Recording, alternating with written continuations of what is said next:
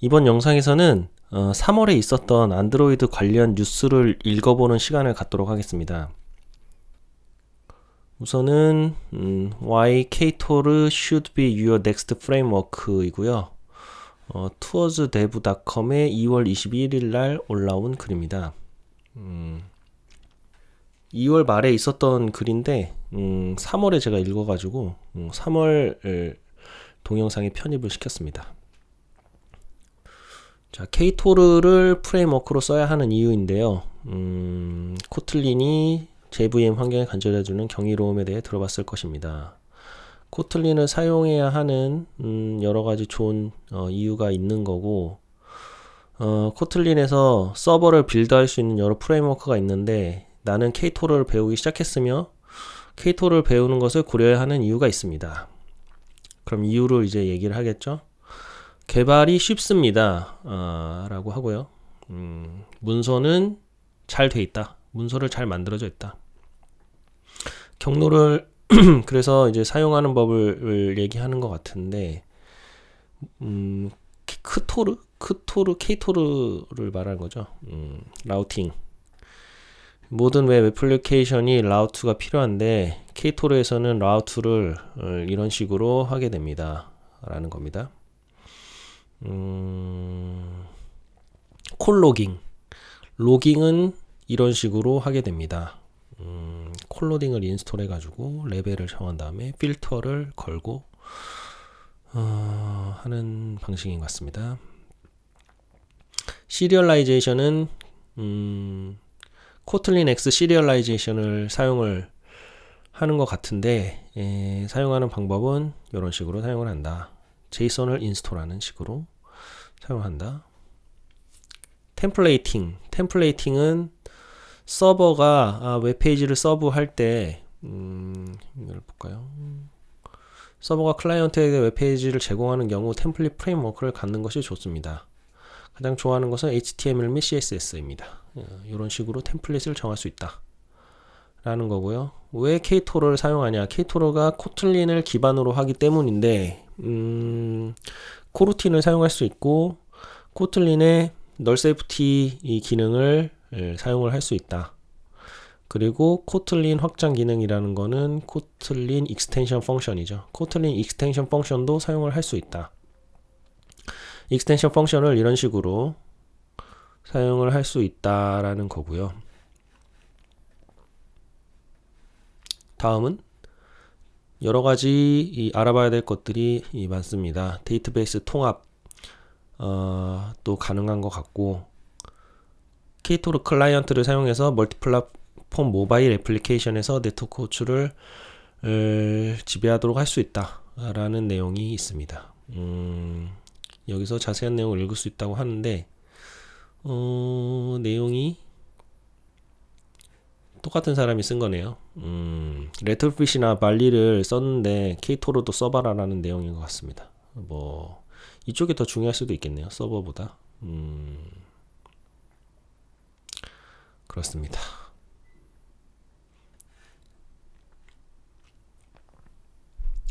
자, 다음은 Different Ways to Handle Android Gradle Dependency. 안드로이드의 그래들 디펜던시를 다루는 여러 가지 방법입니다.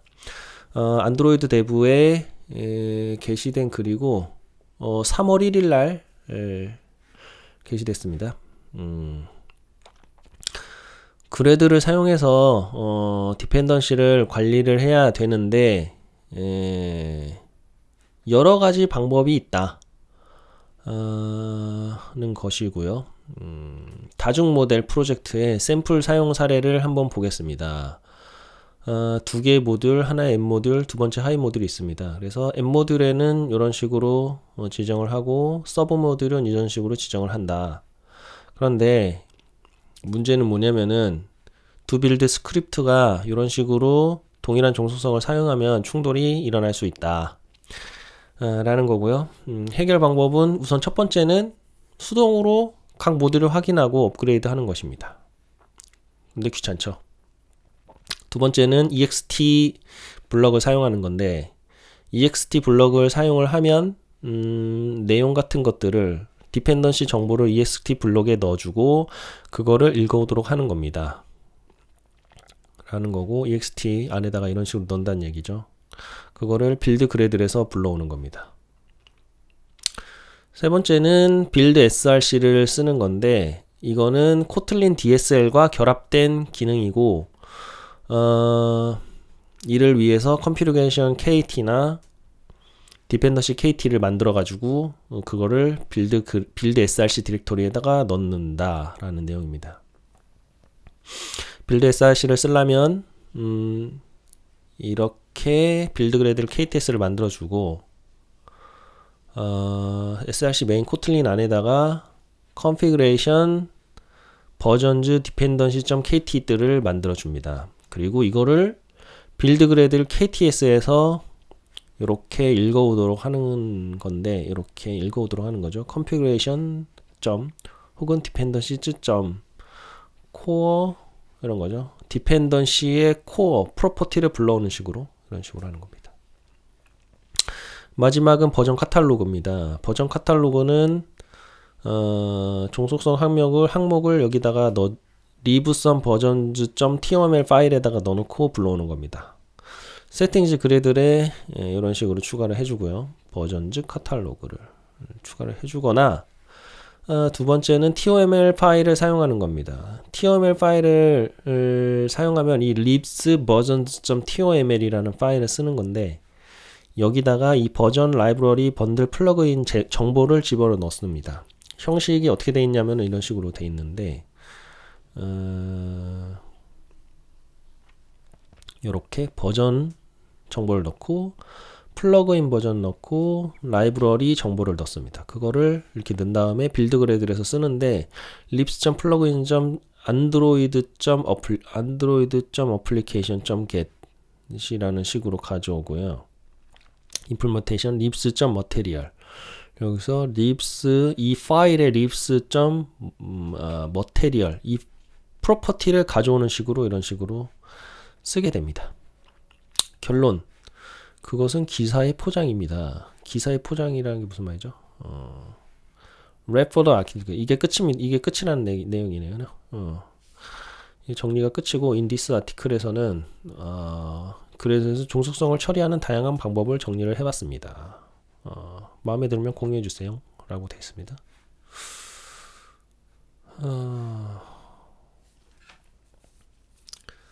자 다음은 큐이타에 올라온 기사인데 코루틴과 컨텍스트 디스패처라는 글입니다. 22년 7월 8일에 올라온 글인데 제가 지나가다가 3월에 본 글이라서 여기에 넣었습니다. 자 코루틴 컨텍스트랑 디스패처에 대해서 정리한 내용인데 글이 꽤 길고요. 대충만 보겠습니다. 컨텍스트에는 스레드 또는 스루드 그룹을 결정하는 코루틴 디스패처가 포함되어 있습니다. 이것들을 어떻게 사용을 하는지 런치 및 어싱크와 같은 코루틴 빌더에는 이 디스패처를 명시적으로 사용할 수 있는 매개 변수가 있습니다. 매개 변수를 써서 코루틴을 사용할 때 매개 변수를 써서 어떤 스레드에서 돌릴지를 정할 수 있다는 내용이고 런치를 이렇게 쓸 때 디스패처를 이렇게 정해가지고 unconfined, default 뭐 이런 식으로 정할 수 있다는 내용입니다. 그러면은 출력이 뭐 이런 것들이 생기게 되고 매개 변수 없이 사용되는 경우는 시작된 코루틴 컨텍스트에서 스코프에서 컨텍스트를 상속합니다라고 되어 있습니다. 제한 없음 vs 제한된 디스패처. 제한을 할 수도 있고 제한을 안 할 수도 있고 무제한 디스패처는 바람직하지 않은 부작용이 발생하는 드문 경우에 유행할 수 있다. 일반적으로 사용하면 안 됩니다라고 하는 내용입니다. 여기서 그런 내용이죠. 스레드 디버깅을 할 수 있는데 뭐 IDE를 사용해서 할 수도 있고 로그를 사용해서도 할 수 있다. 스레드 사이에서 점프를 할 수도 있다. 라는 내용이고 컨텍스트 작업 이 작업이라는 거는 job을 말한 거죠. job 일본어로 돼 있구나. 이 job이라고 돼 있는 거죠. 이 job을 말한 겁니다. 컨텍스트의 일부다. 표현식을 사용해서 검색을 할 수도 있다. 후손. 이 후손이 여기에 저걸로 안 나오나? 원본. 콤하고 코르틴의 자손이죠. 그래서 자식이 부모 코르틴이 취소되면 모든 자식도 재기적으로 취소된다. 라는 특성이 있죠.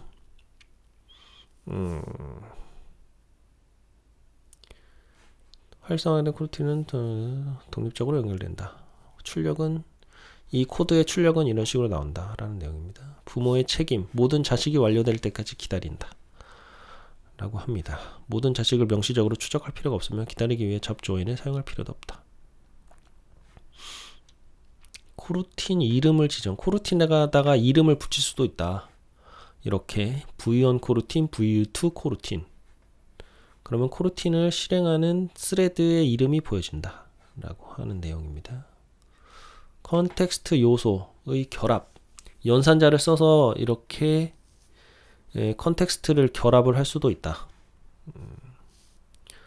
코르틴 범위는 어떤 스코프를 어떻게 줄 것이냐라는 내용인데 뭐 이런 거고요. 서로 다른 시간 동안 지연되는 10개의 코르틴을 만들어 봤습니다. 그리고 나서 호출하고 500ms 후에 활동을 제거합니다. 그러면은 시작된 모든 코르틴이 취소된다. 0, 1까지 한 다음에 액티비티가 지워졌다 라고 하는 내용이고요.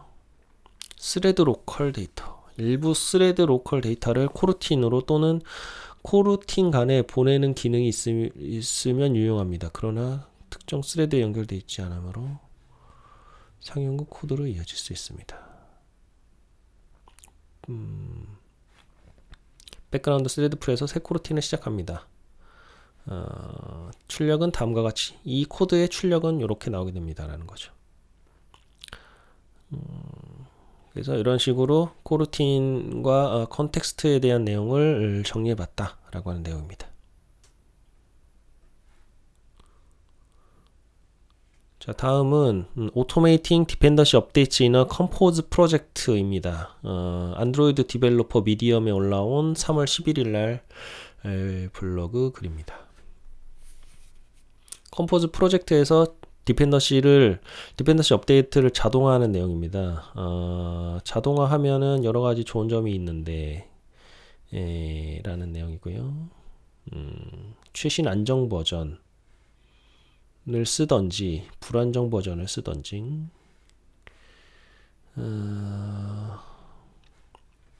라이브러리 업데이트에 대한 힌트를 제공하지만 이거는 다른 방식으로 직접 하실 수도 있습니다. 이 버전 카탈로그, 앞에서 얘기한 버전 카탈로그는 안드로이드 스튜디오 지라피에서 제공을 한다고 합니다. 업데이트와 함께 프로젝트에 PR을 보내는 외부 서비스입니다. 리프레시 버전즈 또는 버전 카탈로그 업데이트 플러그인과 같이 이런 플러그인을 쓰는 것. 이전에 제가 이거를 다른 동영상에서 설명한 적이 있긴 한데 플러그인을 써서 이 업데이트를 체크하는 방법이 있습니다. 종속성을 사용한 업데이트 자동화. 컴포즈 종속성을 사용하는 경우 자동 업데이트가 실패할 수 있습니다. 특정 버전에 엄격하게 매핑되기 때문입니다. 라고 하네요. 그래서 리노베이트를 사용을 하면 이거를 자동 업데이트를 할 수가 있습니다. 그러면 리노베이트에서는 이렇게 패키지로를 만들어 가지고 PR을 보내줍니다. 이 리노베이트가. 그러면은 이 PR이 이 코틀린과 관련한 업데이트만을 이렇게 생성을 해줍니다. PR을. 새 버전의 코틀린을 사용할 수 있게 되면 이 PR이 생성되고 작성 컴파일러를 사용할 수 있을 때까지 처음에 빌드가 실패하게 된다. 라는 내용이고요. 결론적으로 리노베이트를 써가지고 컴포즈 프로젝트에서 업데이트를 자동으로 수행하는 PR을 보낼 수 있게 할 수 있다라는 내용입니다. 일찍 집에 가십시오 라고 하네요.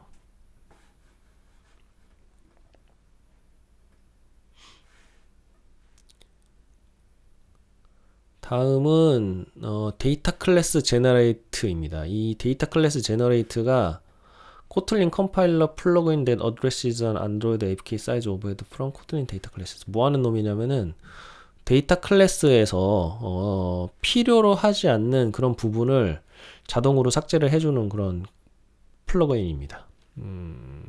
어떻게 쓰냐? 그래들 플러그인을 적용을 하고 데이터 클래스를 만들 때 이런 식으로 만들어 주면은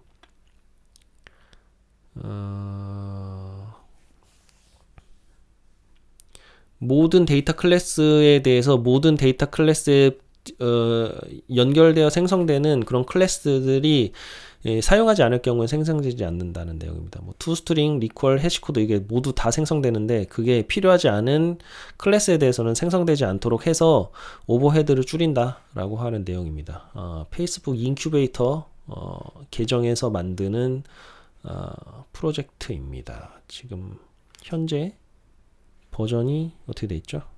버전이 릴리즈가 없네요.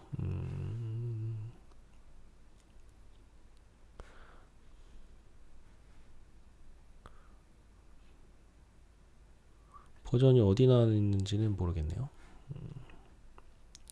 아무튼 그렇습니다.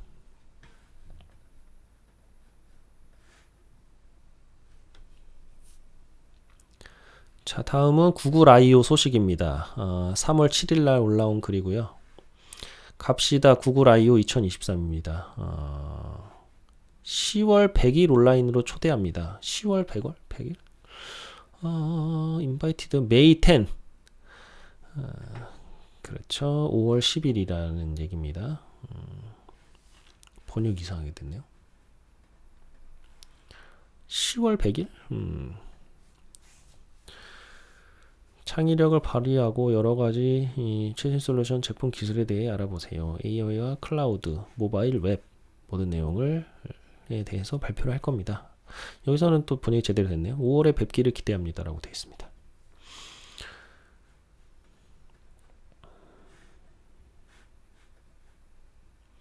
자, 다음은 챗GPT for Android Developers입니다. 프로 안드로이드 대부에 3월 11일 날 올라온 글이고요. 요즘 챗GPT가 엄청 핫하죠. 그래서 이거를 안드로이드 개발자들이 어떻게 사용할지에 대해 생각을 해본 그런 글인 것 같습니다. 챗GPT에 액세스하려면 계정을 만들고 질문과 답변을 여러 가지로 하는데 질문이 핵심입니다. 질문을 잘해야 한다.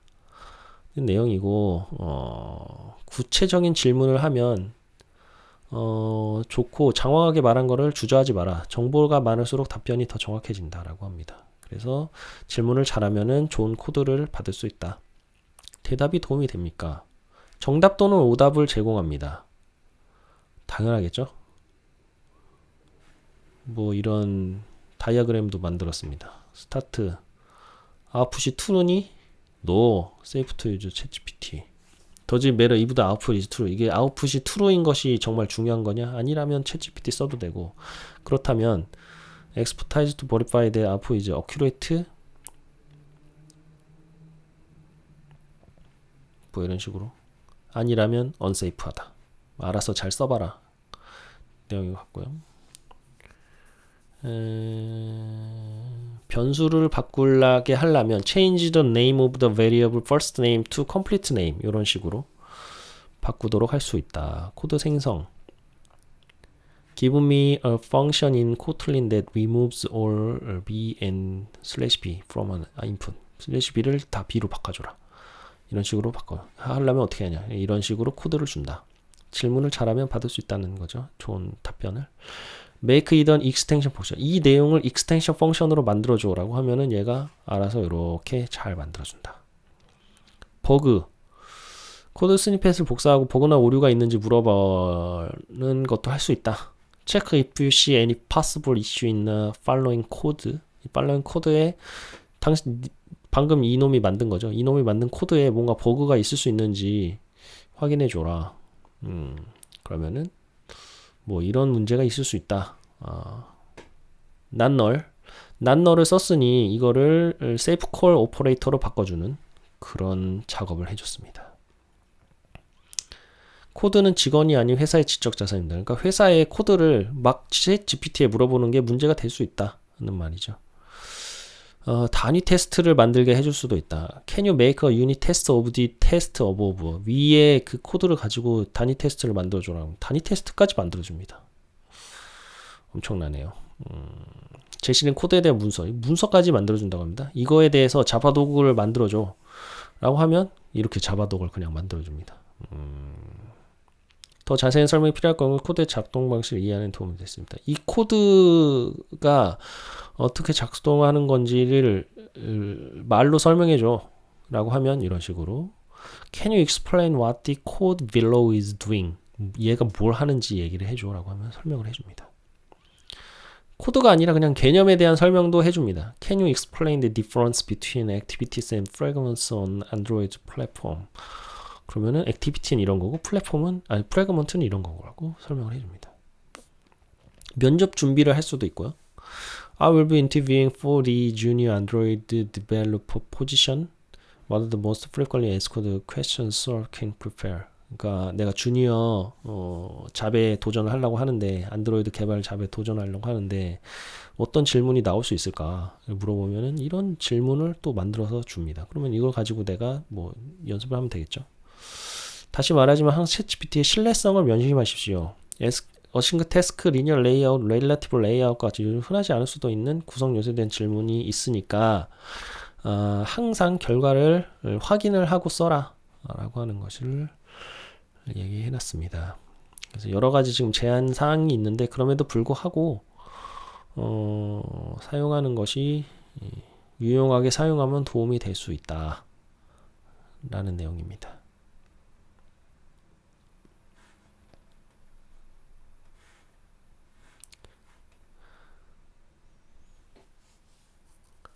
자, 다음은 Building a GPT Client for Android with Jetpack Compose in Kotlin.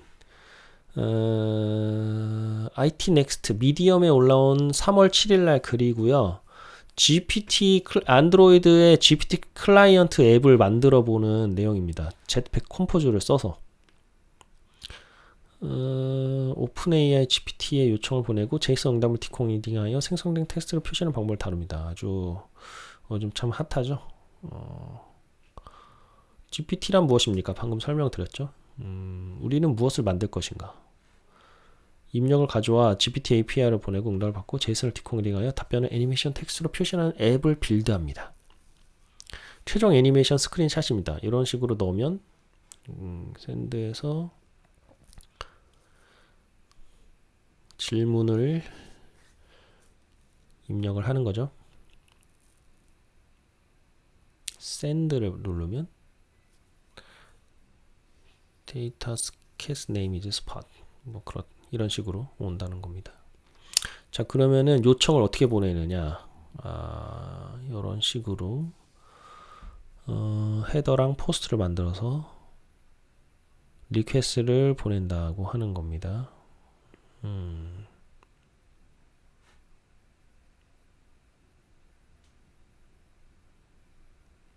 뷰 모델을 만들어 가지고 뷰 모델 안에서 레트로핏으로 보내고 있네요.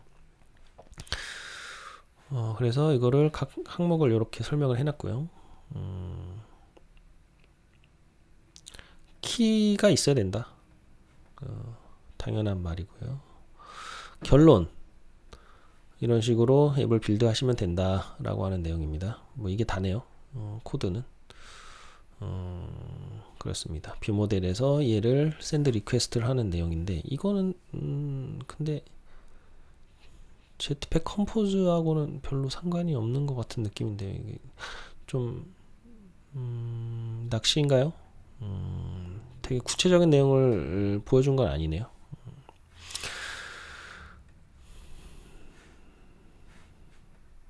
다음은 램 코틀린 1.7입니다. 이 램이라는 거의 발음은 사람에 따라서 다를 수 있는데 저는 그냥 램이라고 하겠습니다. 미디엄의 램 블로그 3월 16일 날 올라온 글입니다. 1.7 버전이 릴리즈 됐다고 하네요. 여기서 렐름이라고 하는군요. 렐름이라고 합니다. 여러 가지 릴리즈 릴리즈 노트를 여기서 보여주고 있는데 뭐 여러 가지 기능이 추가됐다고 하네요. 클라이언트 재설정 시 데이터 자동 복구 이런 식으로 할 수가 있었는데 다른 방식으로 하도록 바꿨다. 컴파일 타임 오류를 더 개선했다 라고 하네요.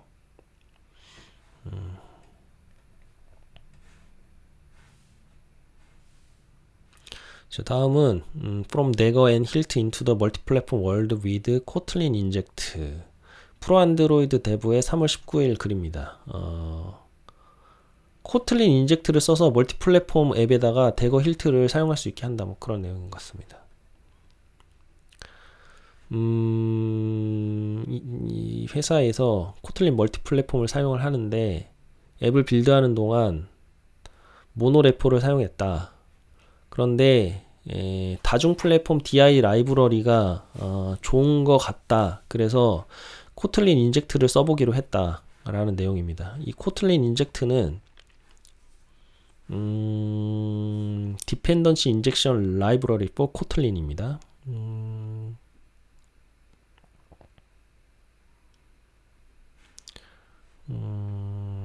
내용을 좀 더 볼까요? 블로그 내용을.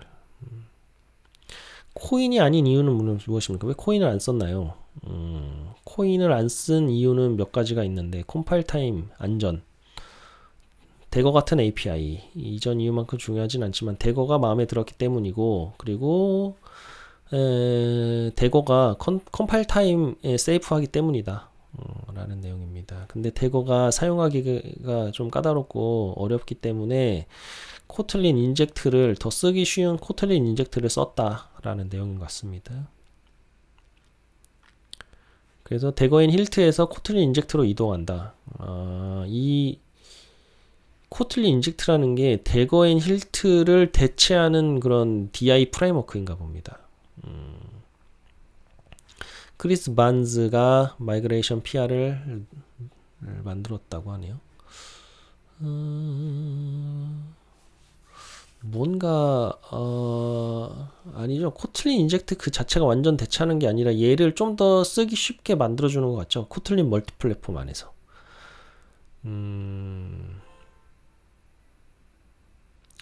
그래서 인터페이스에 구현을 바인딩하고 내용을 이렇게 만들어 가지고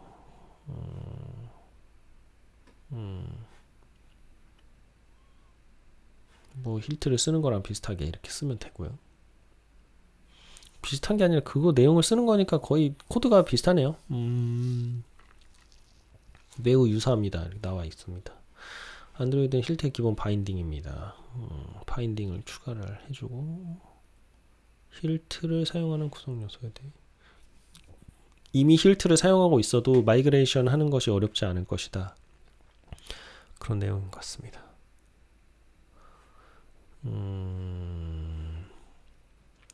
KSP에게 작별 인사를 하고 인사하는 것은 확실히 기분이 좋습니다. 캅트죠. 여기 아마 캅트에게 작별 인사를 한다는 내용인 것 같습니다.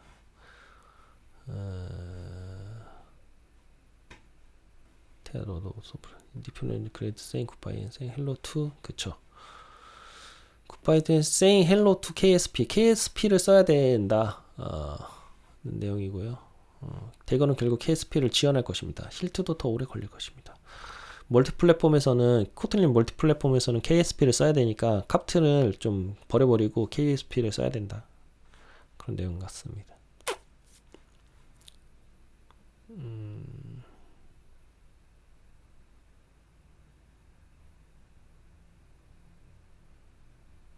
멤버 주입을 지원하지 않습니다.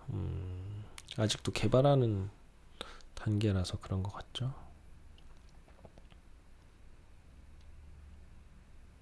글이 되게 기네요.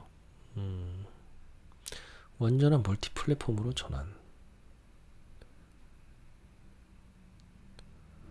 대거 힐트가 안드로이드에서밖에 쓸 수 없기 때문에 그거를 랩핑을 해가지고 쓸 수 있게 만든 코틀린 인젝트를 씀으로써 코틀린 멀티 플랫폼에서도 이 DI 프레임워크를 사용할 수 있도록 했다. 뭐 그런 내용인 것 같습니다. 근데 이게 개인이 관리하는 프로젝트인 것 같은데 잘 업데이트가 될지 모르겠네요. 2022년 8월 6일 7월 5일인가? 7월 5일이네요. 7월 5일자가 마지막 업데이트입니다. 그래서 이게 잘 관리가 될지 모르겠네. 그렇네요. 프리페어 릴리즈 0.6.1 뭔가 최근도 하고 있는 것 같기는 합니다. 근데 이게 아마 개인이 하는 거라 업데이트가 얼마나 시기에 맞춰서 잘 될지 모르겠네요. 자, 다음은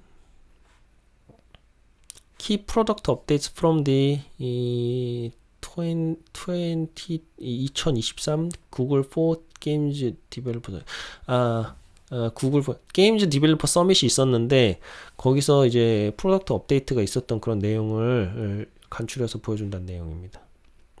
안드로이드 게임을 만들기 위해서 최근에 구글이 이제 게임 이 디벨로퍼 서밋을 이렇게 아니죠.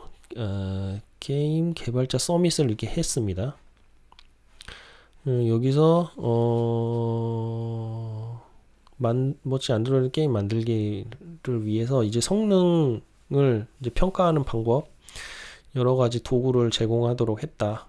그리고 플라이어와 연결하는 방법에 대해서 여러 가지 방법을 또 제안을 했고 대형 화면을 사용할 수 있는 거에 대해서 또 제안을 했다. 뭐 그런 내용인 것 같습니다.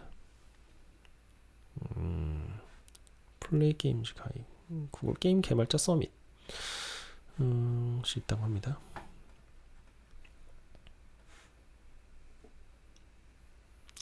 What's new in the Jetpack Compose 마치 23 릴리즈입니다. 3월 23일에 있었던 Jetpack Compose 릴리즈에서 뭔가 무슨 새로운 것들이 있는지 보여주는 내용인데 안드로이드 디벨로퍼스 블로그에 3월 22일자로 올라온 내용입니다. 자, 볼까요? jetpack 컴포즈 버전 1.4를 출시합니다. 여기가 이런 것들이 왜 번역이 잘 안 되는지 모르겠네요. 1.4 컴포즈 버전 1.4가 올라왔다. 라는 내용이고요. 페이저가 들어왔다. 페이저가 원래는 다른 그 익스페리멘탈인 내용으로 다른 라이브러리로 해서 외부 라이브러리를 해서 제공되고 있었는데 이게 드디어 내부로 들어온 것 같습니다. 언컴패니스트죠. 이 언컴패니스트 안에 들어가 있었던 그런 익스페리멘탈적인 기능이었는데 이게 정식으로 컴포저 안으로 들어온 것 같습니다. 새로운 플로우 레이아웃으로 콘텐츠 흐름 가져오기. 플로우를 사용을 해서 쓰는데 이게 항목 또는 컨테이너의 크기를 알 수 없거나 동적인 경우 효율적이고 간결한 방법을 제공한다. 그러니까 이 컨텐츠 크기가 동적으로 변화를 해도 이거를 지가 알아서 잘 정렬을 시킨다. 뭐 그런 내용인 것 같습니다. 그래서 이런 식으로 필터를 쓰면 된다. 수정자의 성능 개선. 수정자라는 거는 모디파이어죠. 모디파이어인데 모디파이어 퍼포먼스가 올라갔다. 이런 내용인 것 같고요. 텍스트 필드에서 여러 가지 일을 할 수 있도록 기능이 개선됐다. 이런 식으로 텍스트 필드를 이런 식으로 사용할 수도 있다. 라는 것 같고요. 그 외에 여러 가지 핵심 기능에 대한 개선 및 수정이 있었다. 라고 합니다.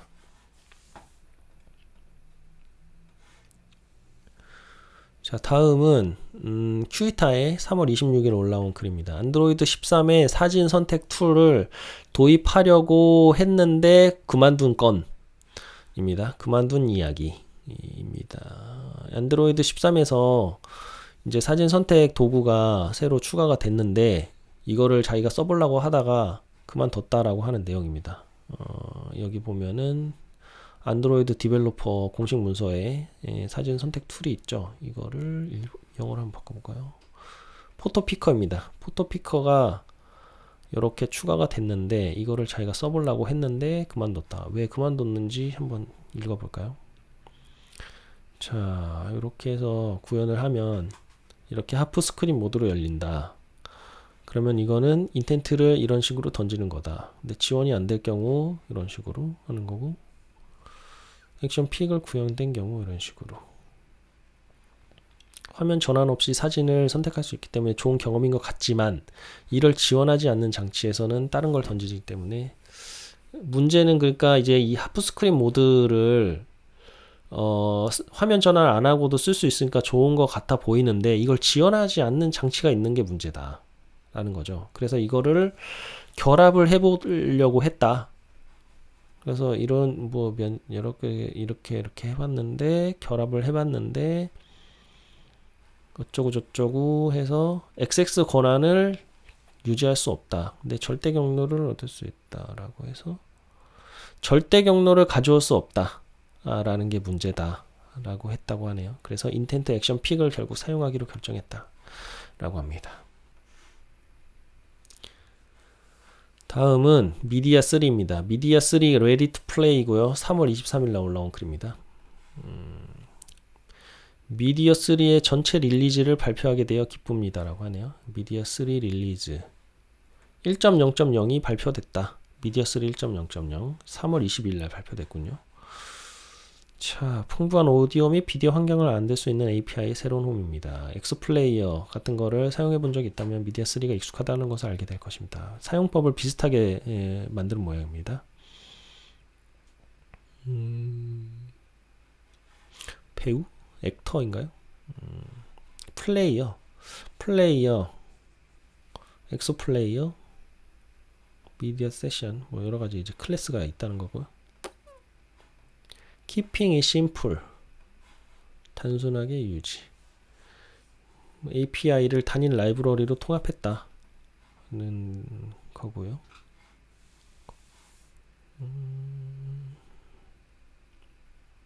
엑소플레이어는 더 이상 사용되지 않는다. 안 쓰면 엑소플레이어 이게 무슨 말이죠? long live 엑소플레이어. 그동안 고마웠다. 엑스플레이어 is deprecated. long live 엑스플레이어. 라고 합니다. 이제는 사용을 중단해야 할 것 같죠. 엑스플레이어.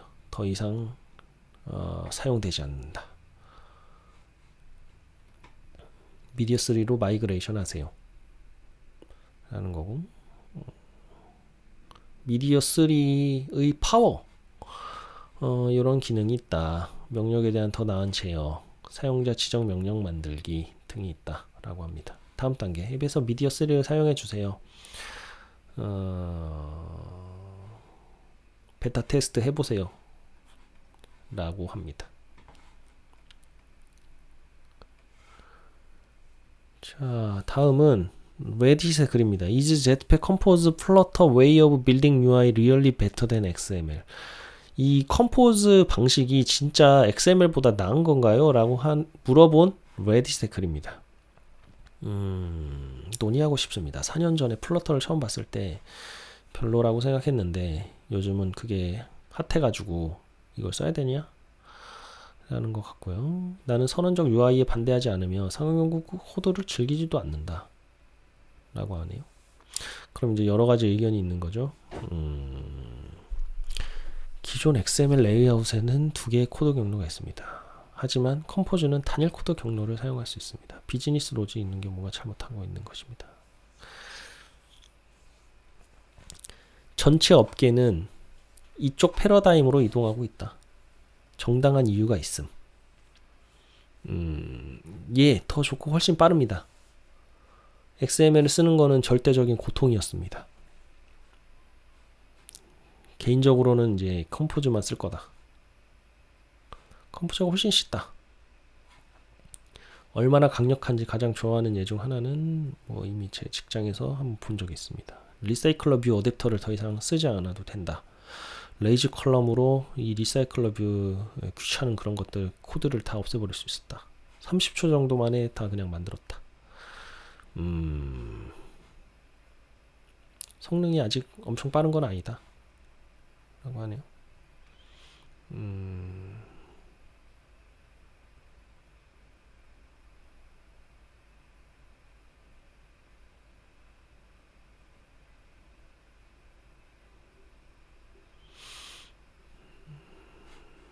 컴포저가 훨씬 우수하다고 생각한다.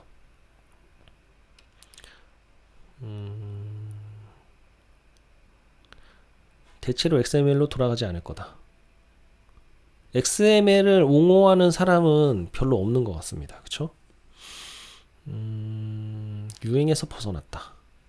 뷰 바인딩으로 해결하려고 했지만 어렵다. 팀이 더 이상 자바와 XML과 관련이 없다 생각. 자바와 XML을 더 이상 이제 안 쓰겠다. 라고 하는 내용입니다. 즉 앞으로 2, 3년 후에 기존 뷰 시스템을 훌륭하게 대체할 것이다. 라고 본다. 전체적으로 다 컴포즈를 이제 써야 된다라고 하는 그런 흐름인 것 같습니다.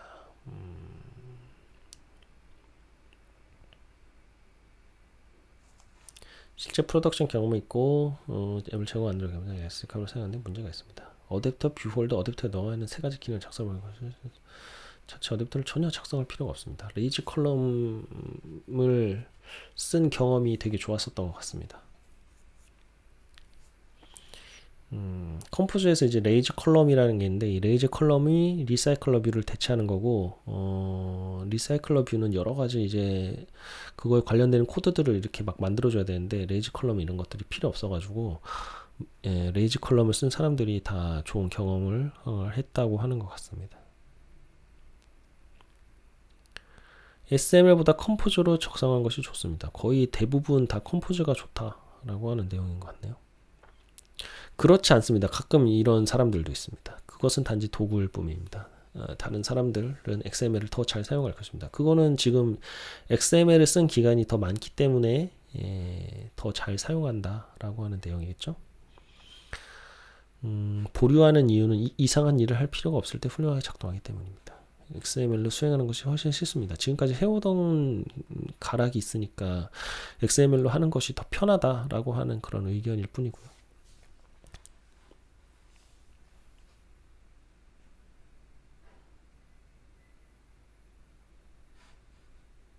그것은 어렵지 않다. 하려고 하면 어렵지 않다라고 하는 그런 뭐 제대로 쓰려고 집중해서 하면 어렵지 않은 거는 뭐 그렇게 생각할 수도 있기는 하겠지만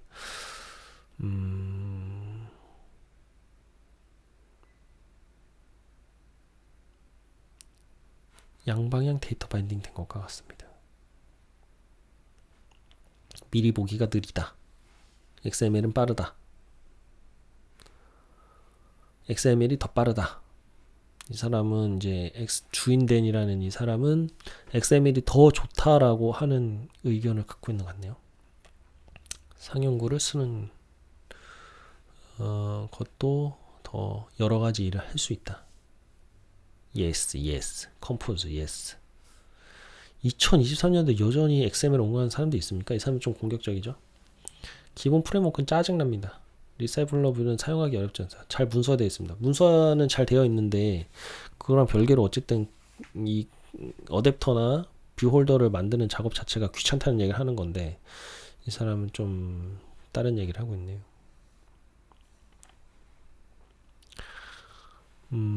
XML로 작성된 뷰도 선언적입니다. 컴포즈는 명령적 구문을 사용합니다. 이 사람은 아예 -4를 받았습니다. 뭐 여러 가지 의견이 있는데 주로 컴포즈가 이제 편하다라고 하는 내용인 것 같습니다.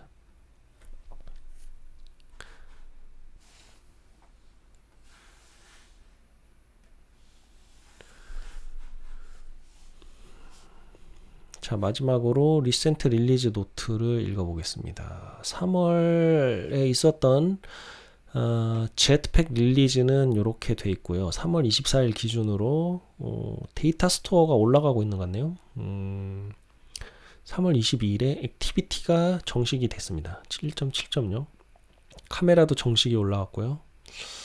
컴포즈 1.4.0이 됐고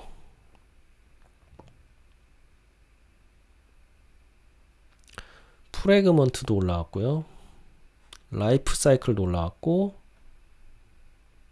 룸도 올라왔고 세이브 스테이트도 올라왔고 SQLite도 올라왔고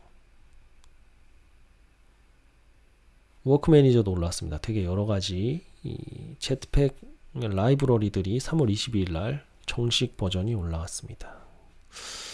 미디어 3도 올라왔고 테스트는 이제 다음 버전을 준비하고 있네요. 그렇습니다. 자, 이렇게 해서 3월 달에 있었던 여러 가지 이 안드로이드 소식을 읽어보는 시간을 가져봤습니다.